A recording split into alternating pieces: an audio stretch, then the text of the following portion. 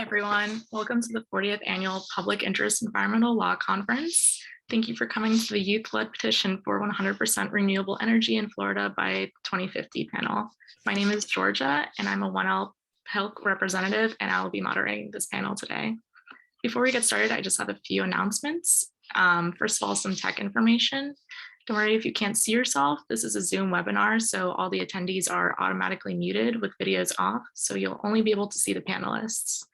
Throughout the panel, if you have a question, please use the Q&A function rather than the chat function. All of our panelists will be giving their presentations, and then there will be a 15-minute Q&A session at the end where the panelists will answer your questions. Please remember to be courteous of all viewpoints throughout the presentation and Q&A session. Additionally, if there are any legal professionals in the audience wanting to earn CLE credit for this panel, we'll provide you with a link to a document with all the information you need shortly. Also on this document is information about how to make a donation to the Public Interest Environmental Law Summer Stipend Program. Our alumni board, Friends of Land, Air, Water, helped to provide stipends for students doing unpaid public interest environmental law work. If you're interested in making a donation to help provide students with those stipends, information on how to do so will also be on this document, so watch out for that link. We will now introduce our panelists. We have Anders Carlson, OCT Energy and Climate Analyst. Anders Carlson has studied climate change and its impacts for over 20 years, and he earned a BA in geology and in German from Augustana College, IL, and MS in geology at the University of Wisconsin-Madison, and a PhD in geology with a minor in oceanography from Oregon State University. As an academic researcher and professor, Anders focused on ice sheet and glacier changes, their attendant impacts on sea levels and climate, abrupt climate change, and the role of greenhouse gases in Earth's orbit in driving regional to global climate change. In addition to the lower 48 and the North Atlantic, his field areas included Alaska, Arctic Canada, Greenland, Svalbard, mainland Scandinavia, Patagonia, and Antarctica. Anders now uses his broad climate expertise to help bring about meaningful change to reduce atmospheric greenhouse gas concentrations and create a better tomorrow. This passion permeates over into his free time, where glaciers hold a special place in his heart. He spends as much time as possible with his family exploring and skiing in the Alpine Zone. Next, we have Paul Rink, OCT Senior Fellow, and he is originally from Gaylord, the top knuckle of your middle finger on the hand Michigan map, or as his mother likes to call it, Little Siberia. He earned his JD from Yale Law School and his Master's of Environmental Management from Yale School of Forestry and Environmental Studies in 2019. After graduating with a BS from the University of Michigan in 2012, Paul taught soil science and environmental science to Singaporean students at G and Polytechnic. He then worked on policy advocacy in the International Water Management Institute in Sri Lanka. Most recently, Paul researched the impact of business interests on international environmental law as a Fox Fellow in Mexico City. He has written publications ranging from the household economic benefits of rainwater harvesting systems to a comparative analysis of forestry policies in Indonesia and Brazil. Paul is a huge cinephile who relaxes by running, reading, and writing poetry. Next, we have David Schwartz, who is a native of sunny Southern California, but has lived across the US. He earned his BA in history from the University of Michigan in 2012 and his JD from Duke University School of Law in 2015. David has worked exclusively in the nonprofit environmental and public interest law sphere since graduating law school, with stints at Duke Law's Environmental Law Policy Clinic, People for the Ethical Treatment of Animals, and Georgetown's Institute for Public Representation. During these positions, he worked on a wide array of environmental, administrative, and freedom of information law matters, including amicus briefs on behalf of coalitions of public health organizations challenging Trump administration Clean Air Act rollbacks. Now as a staff attorney at OCT, David works on a range of litigation and policy work in OCT's state and federal cases. In his free time, David enjoys playing guitar and harmonica, walking and training his rescued pit mix Cooper, hiking, and going on long bike rides. Finally, we have Delaney Reynolds, who is a 22-year-old climate activist, native Floridian, 1L at the University of Miami School of Law, and a lead petitioner in OCT-supported and youth-led petition for 100% renewable energy with the Florida Department of Agriculture and Consumer Services. Delaney was also the lead plaintiff in the OCT-supported youth climate lawsuit in Florida, Reynolds v. State. For much of Delaney's life, she has tirelessly advocated for climate change action and renewable energy. Since the age of 14, Delaney has worked through her own nonprofit organization, the Sink or Swim Project, to educate people around the world on climate change and energy issues. She has worked with political leaders by writing ordinances that mandate the installation of solar panels on new buildings in the city of South Miami. She has testified before governmental entities on a range of climate change and energy issues, including presenting a solar energy ordinance she helped develop for the city of South Miami. Delaney has appeared on numerous press outlets, including National Geographic, MTV, and on radio and print media to advocate on climate and energy issues. She has also worked with governmental leaders, including at the UN, as part of her advocacy work. With that, I'll pass it over to the panelists.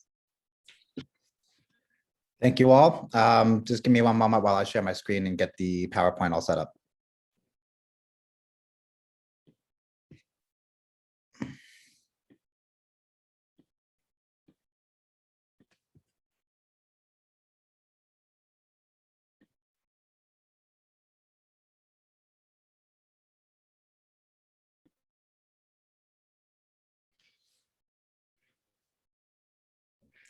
All right, wonderful. Thank you.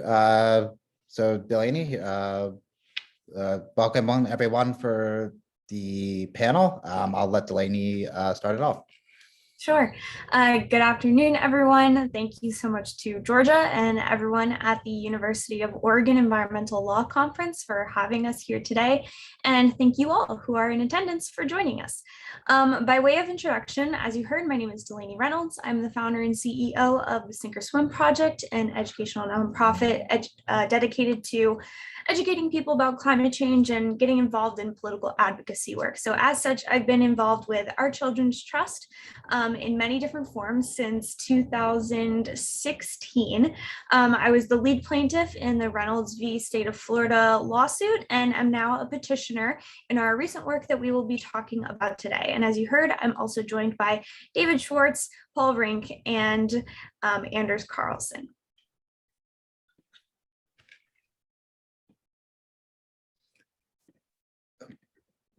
Thank you, Delaney. And so as a brief introduction for Our Children's Trust and the work that we do, in case any of the attendees here aren't familiar, Our Children's Trust is a nonprofit public interest law firm that provides strategic campaign-based legal services to youth from diverse backgrounds to secure their legal rights to a safe climate.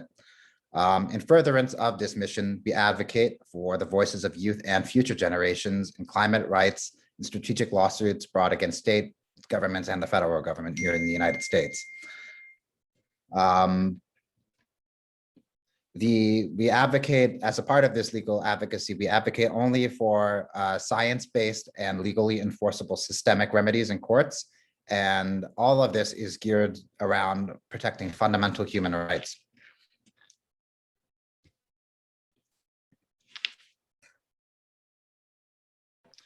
And so oh, sorry, go ahead, Delaney. No worries.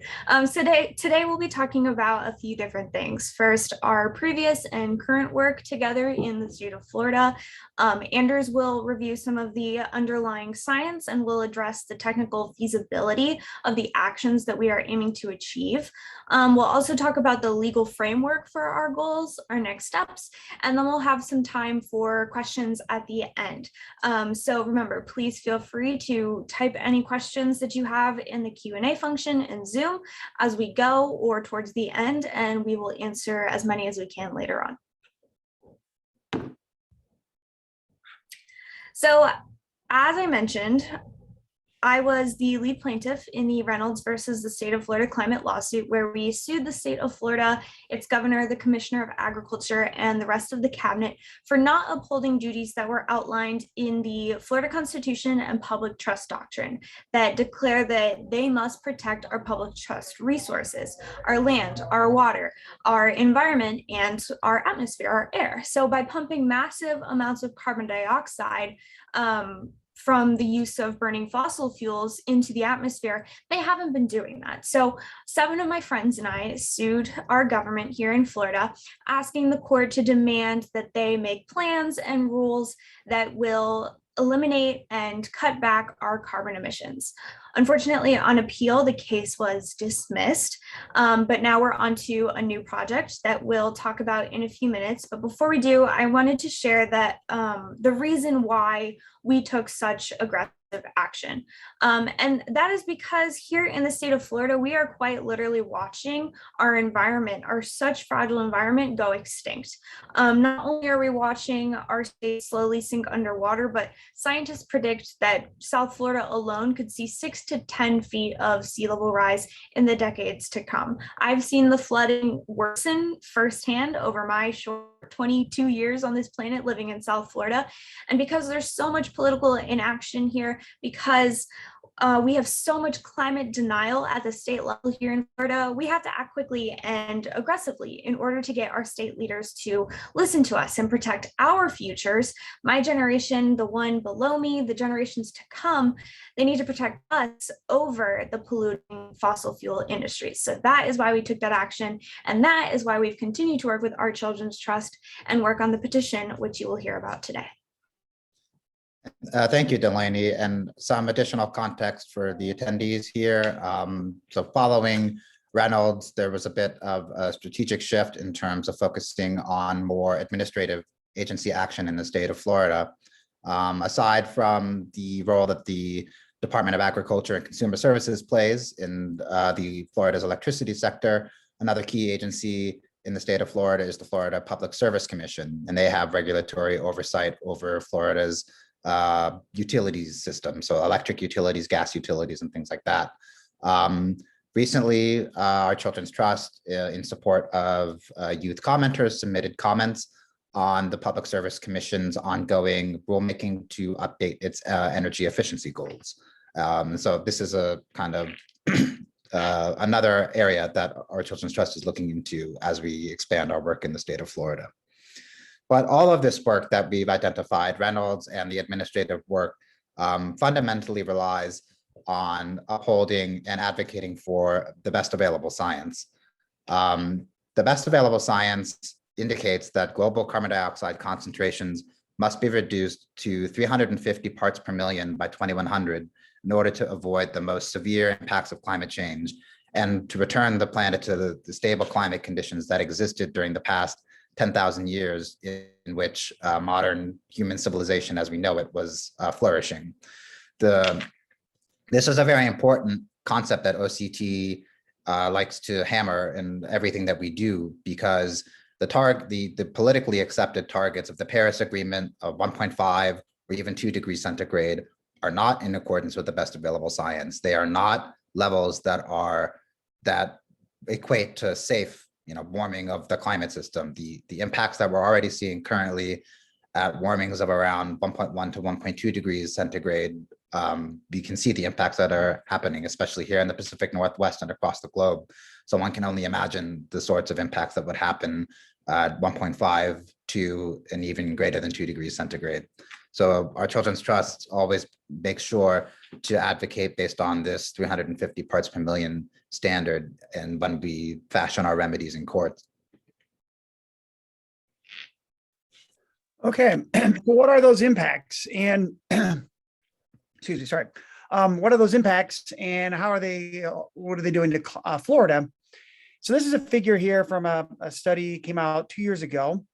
And this is showing the trends in climate extremes from 1981 to 2005. So this is occurring even when we were below 400 parts per million. So this is, we've crossed the 400 ppm level in 2015.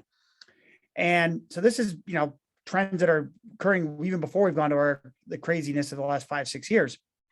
And what comes out of this is that Florida is really ground zero for climate impacts in the United States.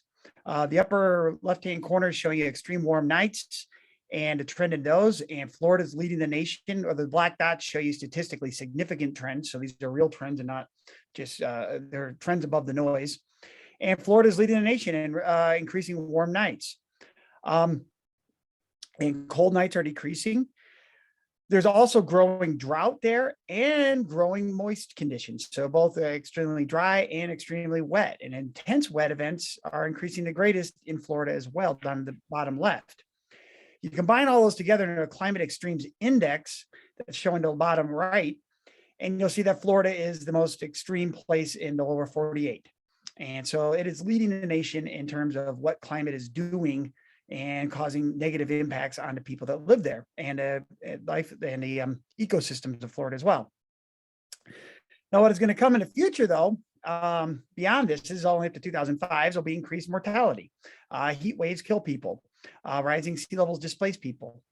And there will the rising heat and extreme wet conditions. Well, the rising heat will cause increased energy demand. And the most basic one is people are going to run more air conditioners. And so they're going to require more energy, and where they're getting their energy from now is causing the problems to begin with. You should not be using fossil fuels to fight heat waves, basically.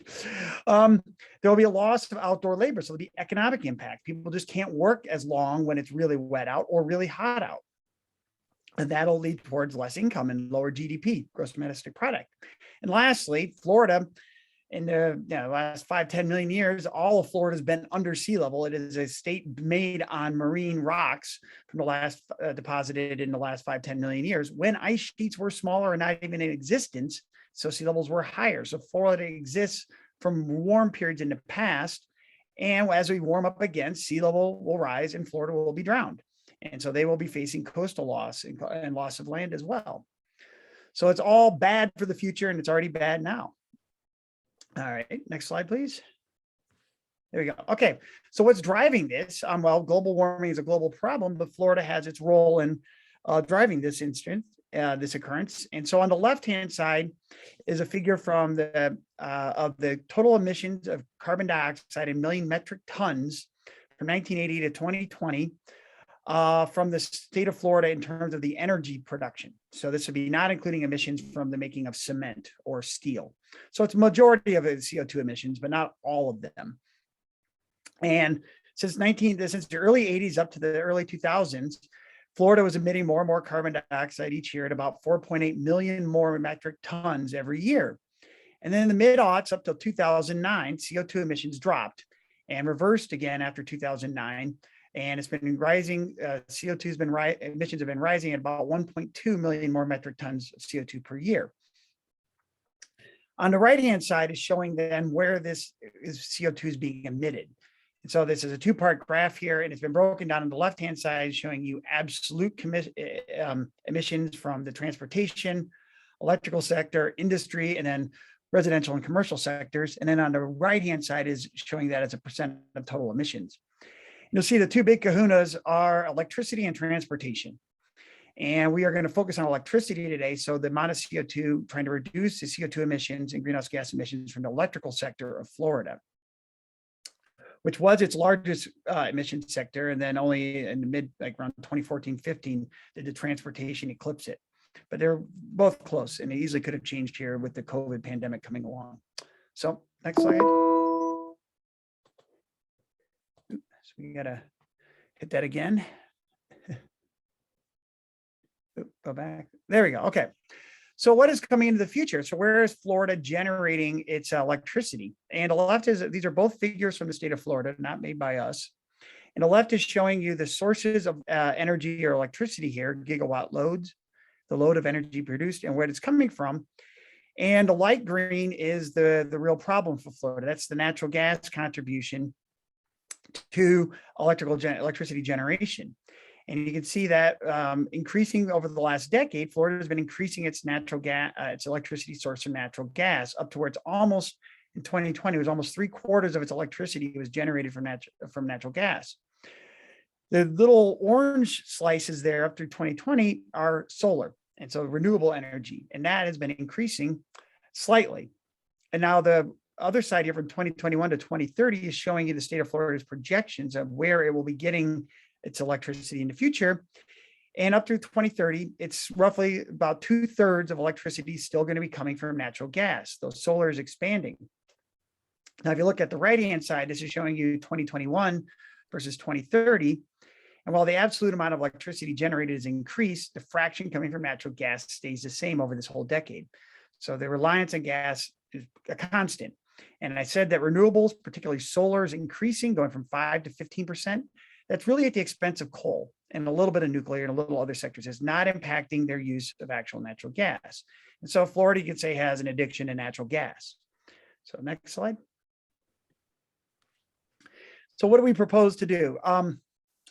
we used here partnering up with a firm that looks at energy pathways, evolved Earth and resource research, and evolved energy research. Sorry, has put forward pathways to get the globe evolved emission pathways that would put the United States and states within the United States on a pathway to zero emissions by 2050, not net zero, but absolute zero greenhouse gas emissions by 2050, which is the pathway needed to then, by the end of the century, have the globe be below 350 ppm of CO2 in the atmosphere.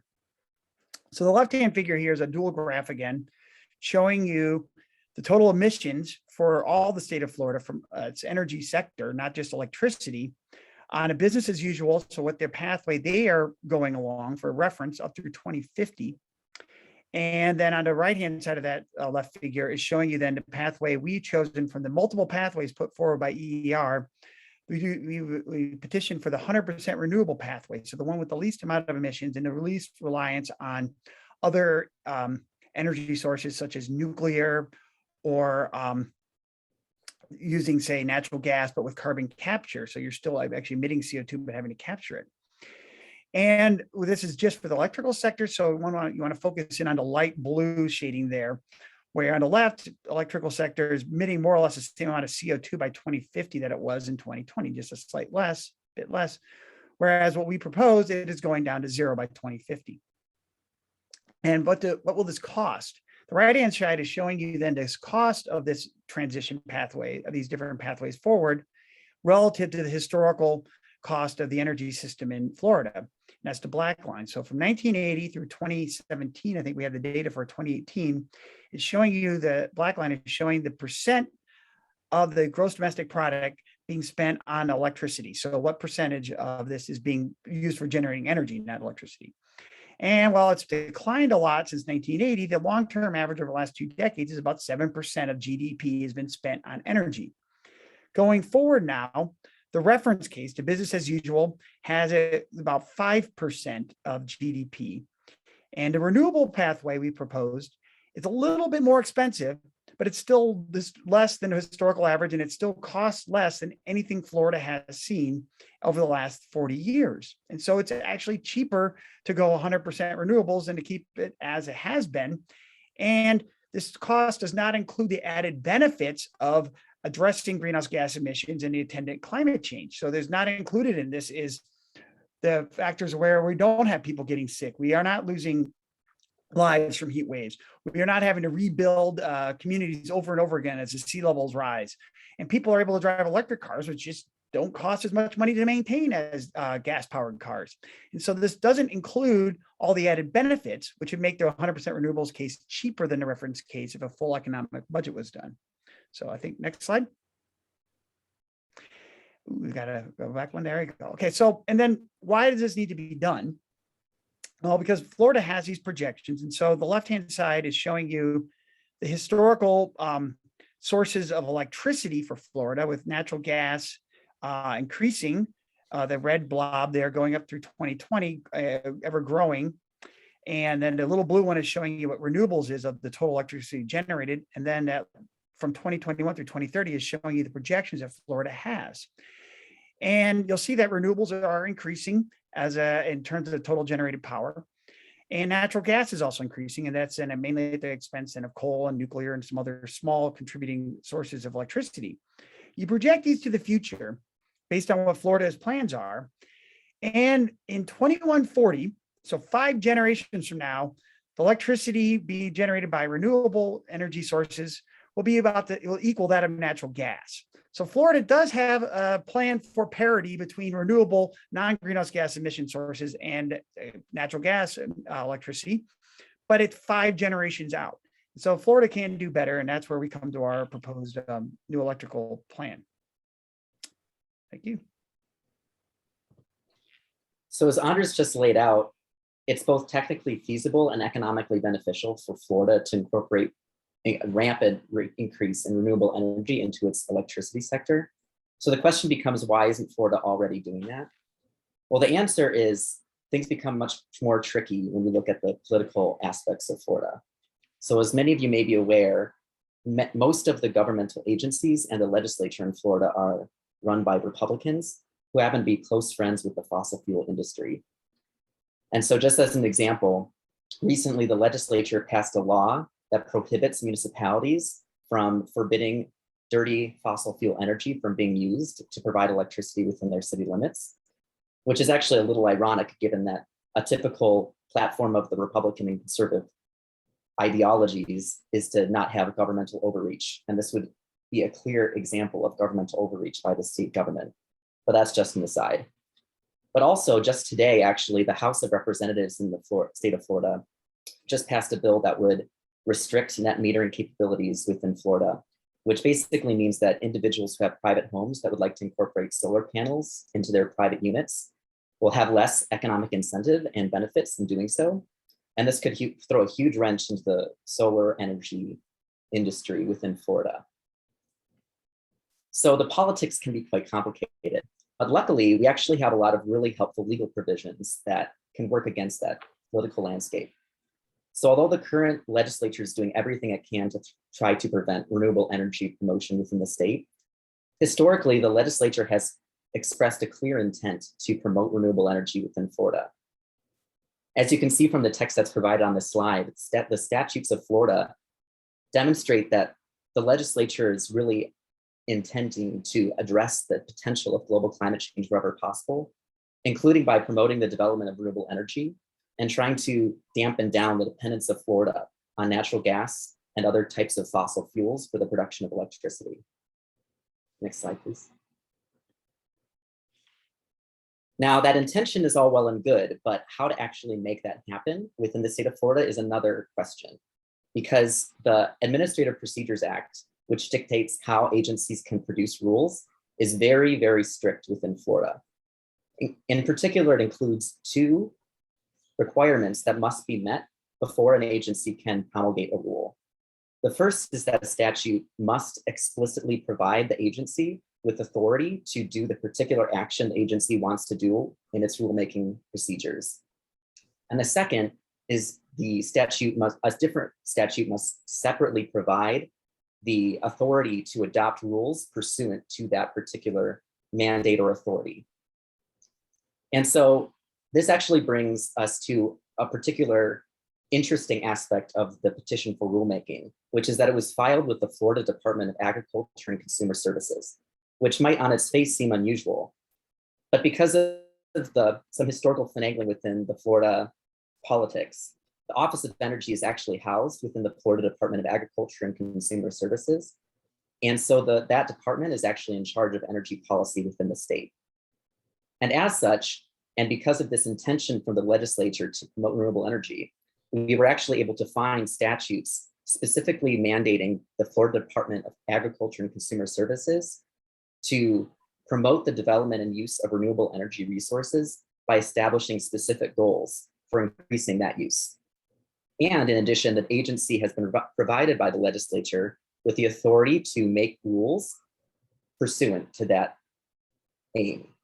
And so both aspects of the requirements under the Administrative Procedures Act are met for this particular department to create a 100% goal of achieving 100% renewable energy in the electricity sector in Florida by 2050. Next slide, please. So with that in mind, this is the first provision of the proposed rule that was put forward by Delaney and her co-petitioners back in January.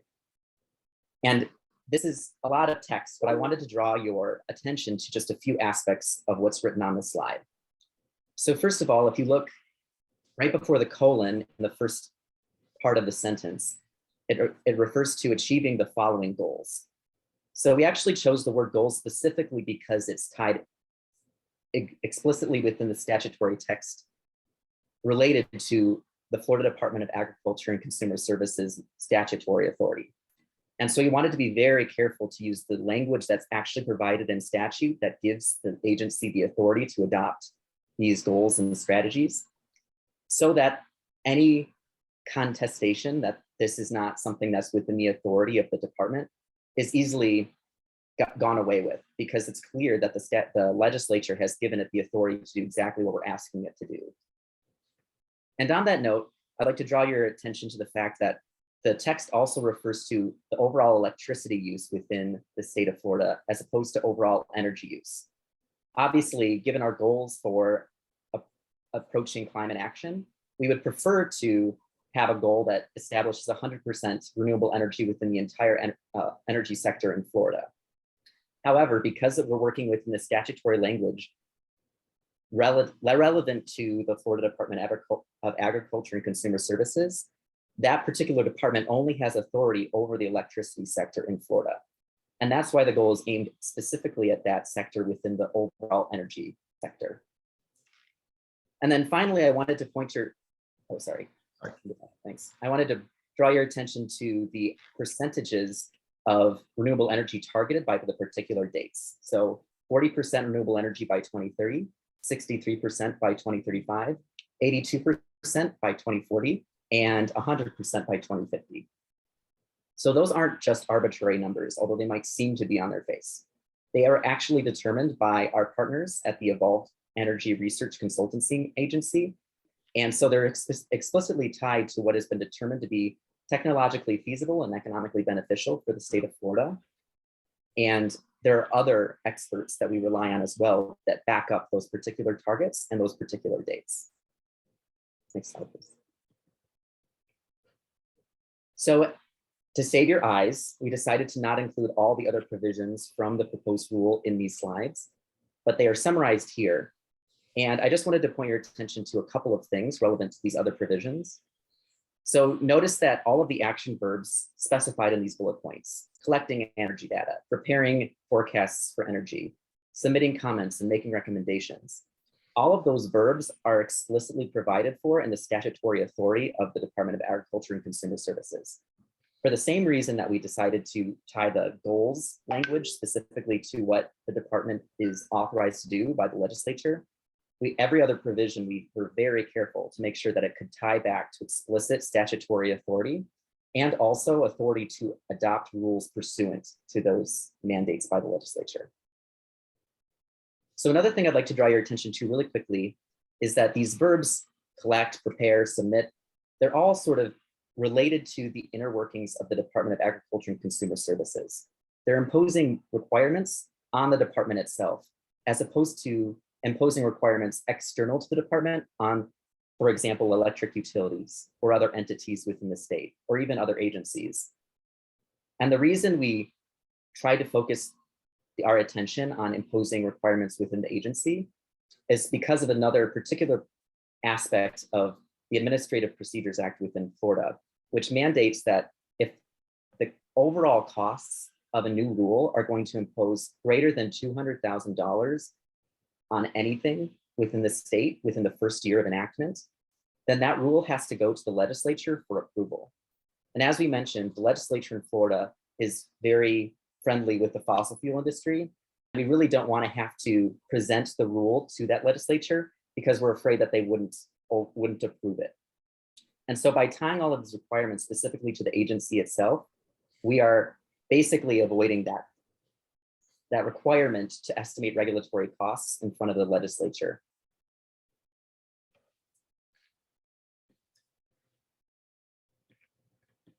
Okay, thank you, Paul. So as Paul alluded to, this year on January 5th, 2022, Delaney and a cohort of 156 young Floridians under the 25 or younger filed this petition with Commissioner Nikki Fried at the Department of Agriculture and Consumer Services. We would have liked to do an in-person, kind of delivery of the petition, but the outstanding COVID situation required that we submit this virtually and in hard copy. This is all to say that there was the filing of the petition itself is really only the beginning of this long process. And even leading up to the petition, there was a great deal of work in order to amass this, that number of passionate young Floridians who are concerned about, their climate rights and climate justice in their state. We had a very comprehensive social media outreach program to try to boost the try to boost the petition opportunity. Really wanting to get the word out to young people in Florida that they could make their voices heard. And this was a crucial crucial opportunity given the clear statutory authority and the technical feasibility and economic viability of the underlying plan. So once the petition was filed on the 5th of this year, that triggered a 30-day timeframe under Florida's APA, under which FDACS had to respond to the petition. So under Florida law, if an agency receives a petition for rulemaking, they have 30 days, calendar days, not just work days, in which to either grant the petition by starting the rulemaking process or deny the petition by submitting a written statement to the petitioner saying this is why we're not going to go forward with your rule. So as I had mentioned with our outreach program leading up to the filing of the petition, we had a similar kind of outreach program that took place in between the filing of the petition on the 5th and when we heard some movement from the department on the 4th. That included email, letters from youth or concerned organizations to kind of put pressure on Commissioner Freed to grant the petition and promulgate the petitioner's rule as proposed. I guess just by way of context, another reason why we focus so heavily on the Department of Agriculture, not only because of the statutory authority and the legislative intent was so clear, is also because of the overarching political situation in the state. Commissioner Freed is the only Democrat in Florida's cabinet currently, and she has larger political aspirations. She's not going to be the agriculture commissioner going forward. She has announced her candidacy for Florida governor, and she is going to be involved in a primary contest against former Democratic Governor Charlie Crist. Also, Commissioner Freed in her career in politics in Florida has been very vocal about the climate crisis and about climate change in general, going so far as to call it, an existential crisis, an emergency, we must act better. And we really wanted to use this opportunity in the run up to the Democratic primary and the run up to the election in general to put something, well-researched, rock solid on her desk to force her to either, act in accordance with her rhetoric or have the politically and PR unfavorable position of saying one thing, but acting to deny a request by impacted youth in the state of Florida. So as the slide says, the department acted within that 30-day timeframe following our filing of the petition. They issued a notice of development of rulemaking on February 4th. While that might seem like a big step forward in the rulemaking process, the notice of development was not substantive in any manner. Under Florida's APA and rulemaking process, the agencies can just announce like, hey, we're intending to move forward with a rulemaking of some form in this topic area. And that's essentially what they did. This notice does not have any proposed text, it didn't have any details or economic analyses if they were required, things like that. So we were very heartened to see the Department of Agriculture serious about moving forward with this, and we're looking forward to ensuring that the strongest rule possible is put forward. So, like I said, that notice that the department issued on the 4th, was kind of the beginning of an open-ended process. Florida's APA does not spell out any specific time frame for the rule development process. What we're wanting to do is take this kind of out of the rule development process, under which there's an open-ended time frame. There's nothing really by which the agency has to act by, and move this into the rule adoption phase. And so how that begins is the agency publishes a new notice, which is a notice of proposed rulemaking. And unlike the notice of development, this notice of proposed rulemaking is what you would typically consider to be like the beginning of the rulemaking process. It has the text of the proposed rule, has the agency statement, analysis as to why it's doing what it's doing, and other required elements for that process under Florida's APA. Once that is issued, that triggers the rule adoption process or phase is very important because that has concrete timelines by which the agency must act under law. In general, once that agency issues that notice of adoption, they have 90 days to adopt the rule. That 90-day time period can be extended under a number of different circumstances, but more or less that's the one to focus on. Another important aspect of this rule adoption phase is that it typically involves public hearings.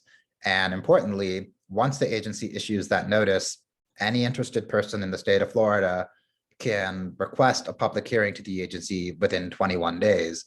And importantly, the agency, if it receives a request for a public hearing, it has to hold at least one. And so, this is something that we're looking forward to seeing the agency move to. We're really hoping that the agency acts quickly to move out of the current rule development phase and move into the rule adoption phase, when we can have these clear timeframes, we can have these public hearings, and these public hearings will allow, obviously, another round of outreach and communications to our supporters and youth in the state. These hearings can involve, obviously, oral testimony if they're held in person, virtual testimony if it's held on Zoom. You can submit additional written authorities to the agency, providing your comments that way. And so we will certainly be engaging with youth and partners in the state of Florida once we have a better sense of exactly the timeline going forward. Oops, excuse me, sorry. There we go. And so, looking ahead, as Paul had mentioned, this is all taking place in the broader context of a very politically conservative state, and a state in which many of the conservative lawmakers have ties or support from the fossil fuel industry. Paul mentioned the net metering debate that's substantially going to harm the solar industry. We raise all this because, although there are regressive pieces of legislation like the local control, the preemption bills relating to the types of energy use municipalities can allow or disallow, and the net metering debate, it's important to keep tabs on the overall legislative climate, because it's possible that some of the pieces of legislation coming out, even if they on their face are negative, could potentially be of use in future administrative or legal avenues going forward. So for example, in the COVID litigation in Florida relating to mask mandates and things like that, there have been a lot of opinions focusing on personal freedom and bodily integrity and things of that nature. And in fact, Florida has a fundamental constitutional right to privacy in the home.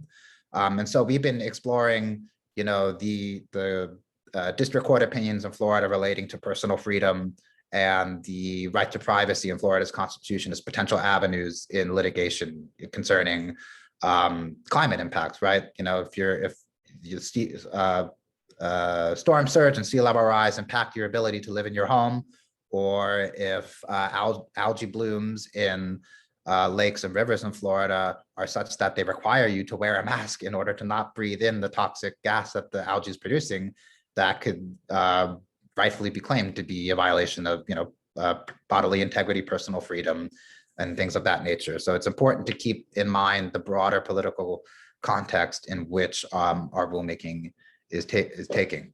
And then finally, like we said, the filing of the petition and work, hoping that the agency puts forth the strongest rule possible, and then defending or working with that rule once it's out.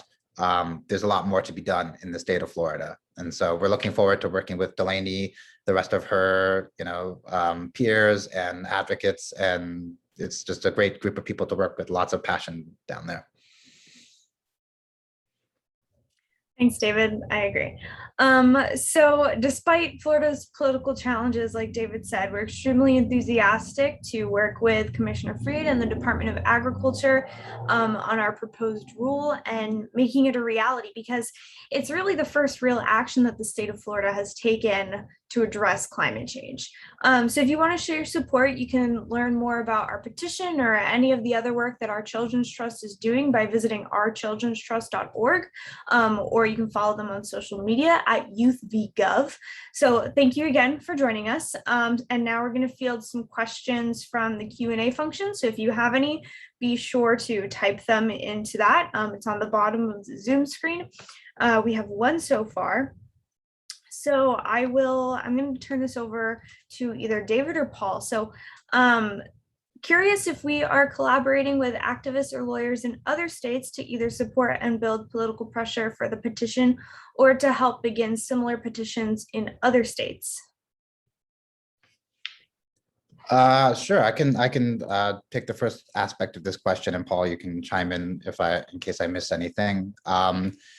So far, our outreach work with the petition in Florida has not tried to rope in any nearby states, right, or organizations in nearby states to voice their support. We've really tried to keep this at least outreach effort central to the state of Florida.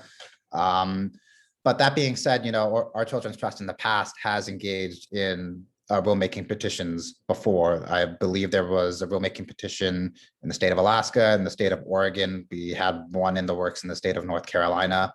But yeah, so this approach and the process of submitting rulemaking petitions to state agencies is nothing new.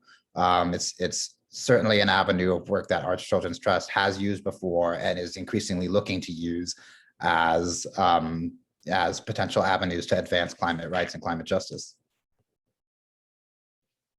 Thanks, David. And I would just add that obviously the research entailed to come up with this petition for rulemaking was very Florida-centric. And so it's not necessarily easily applicable to other states, but the overall strategy can be done in other states in the context of the laws of that state. And if someone from another state is seeing this and is becoming interested in trying to do something similar in their state, that's something that we would love to collaborate on or try to work with you on. Because it's definitely petitions for rulemaking happen in agencies across the country.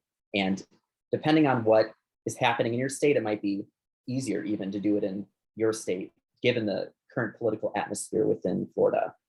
And just as another aside, Our Children's Trust does work in lots of other states outside of just rulemaking. So there's ongoing litigation that's taking place in states ranging from Virginia to Montana. And in fact, the first youth-led climate case that's going to trial in the United States is happening in Montana right now, Held versus Montana, and its trial dates are set for March of 2023.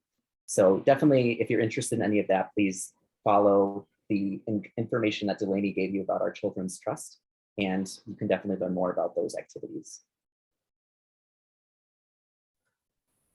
Thank you. And then we have another one. So the rulemaking process can take a long time.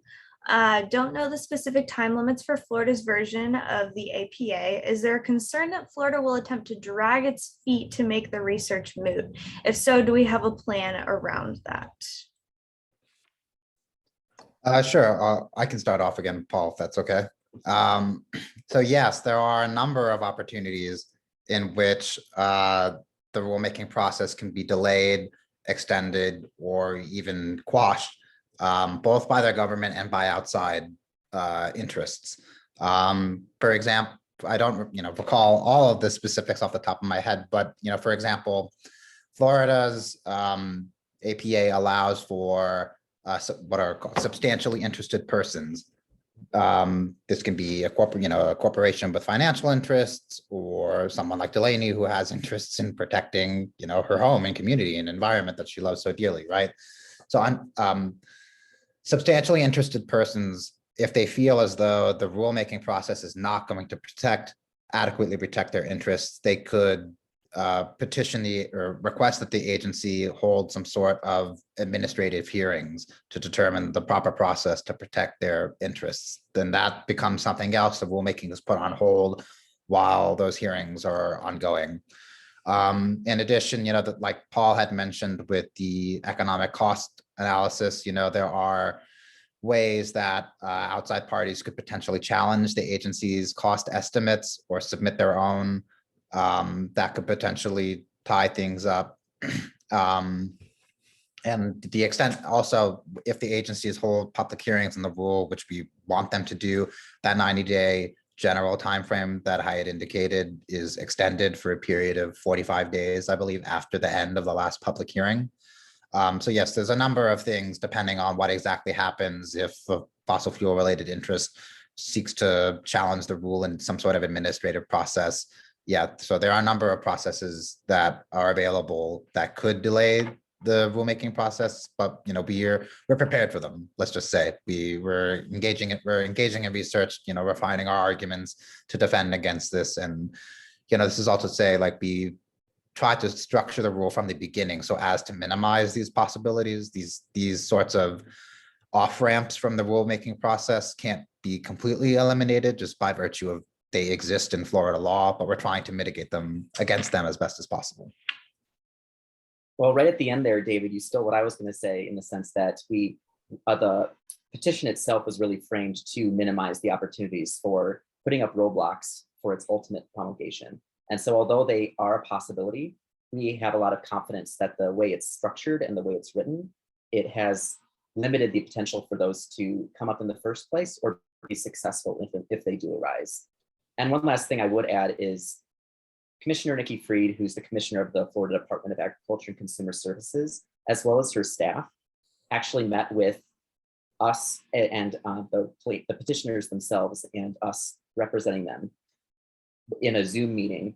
And during those interactions, they actually expressed strong interest in moving the process forward. And so we're very hopeful that even though there's no deadline currently in the development of rulemaking process, that the commissioner and the rest of her staff are going to actually move forward into the rule development phase within the near future.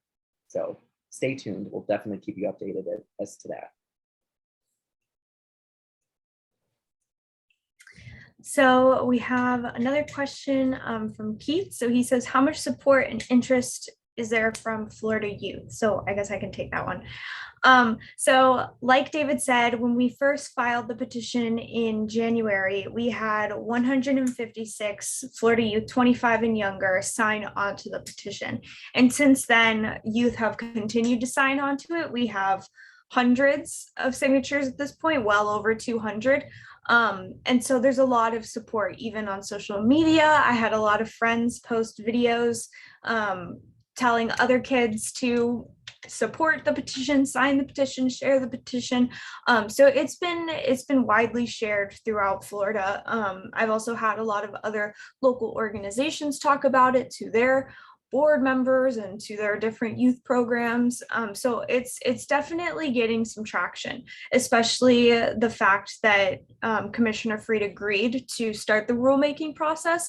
Once that was determined, that was in the media a lot, and a lot of people were touting that as a great first step for Florida. So we're very happy with how much traction and support the petition has gotten from youth all over the state. It's been really cool to see. Okay, and then another question from Lance. What plans are there to publicize and get the public opinion of Florida behind this rulemaking? David or Paul, do you want to talk about the public hearings perhaps?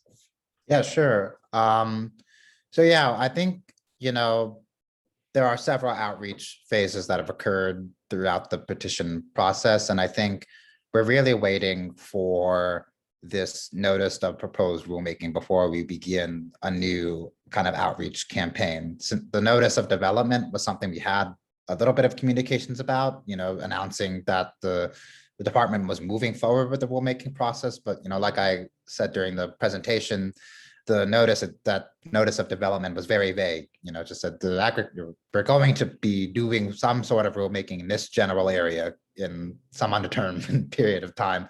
So in terms of messaging and the contents of the specific ask we ask our supporters, or how we craft our approach, is really going to depend on the substance of what is in that notice, right? If the department issues a very strong rule that incorporates our goals as written, and we're in support of it, our outreach and messaging will be one way. But if the department doesn't produce something as strong or as what we proposed. We feel that they've kind of backtracked and kind of done something not as up to what we were suggesting. Our messaging will shift accordingly. So a lot of our more outreach is planned, but exactly how it is framed is yet to be determined. The only thing I would add is, as David mentioned earlier, once the petition moves into the rule adoption phase, it's possible for anyone to ask for a public hearing. And our Children's Trust is already planning to ask for that public hearing. And there will be a huge media campaign at that time to try to get the word out and try to get up participation from people around the state of Florida, not just young people, but experts and people who are living in Florida who are concerned about renewable energy and everything. So as soon as that happens, we'll be sending out information. And the best way for you to make sure that you know when that happens and when our Children's Trust is trying to get people engaged in that public hearing process is to go to ourchildrenstrust.org and sign up for our newsletter so that you'll make sure that you get that information as soon as it arises. Awesome. Thank you guys for the questions. I don't see any more, so I just want to say thank you again for joining us and for listening to us talk about our Florida petition. We're all very proud of it, as you can tell. And I'll throw it back to Georgia. Thanks, Delaney. And I'd like to thank everyone else so much for coming. And I'd like to extend a huge thank you to our panelists for being here and for putting so much work into this panel. PILC will continue on until Sunday, and we have lots of other amazing panels going on for the rest of the weekend. So be sure to check out the schedule on our website, pilc.org. Thank you so much, everyone, and have a great rest of your day. Thank you for having us. Thank you all for attending. Thank you, everyone.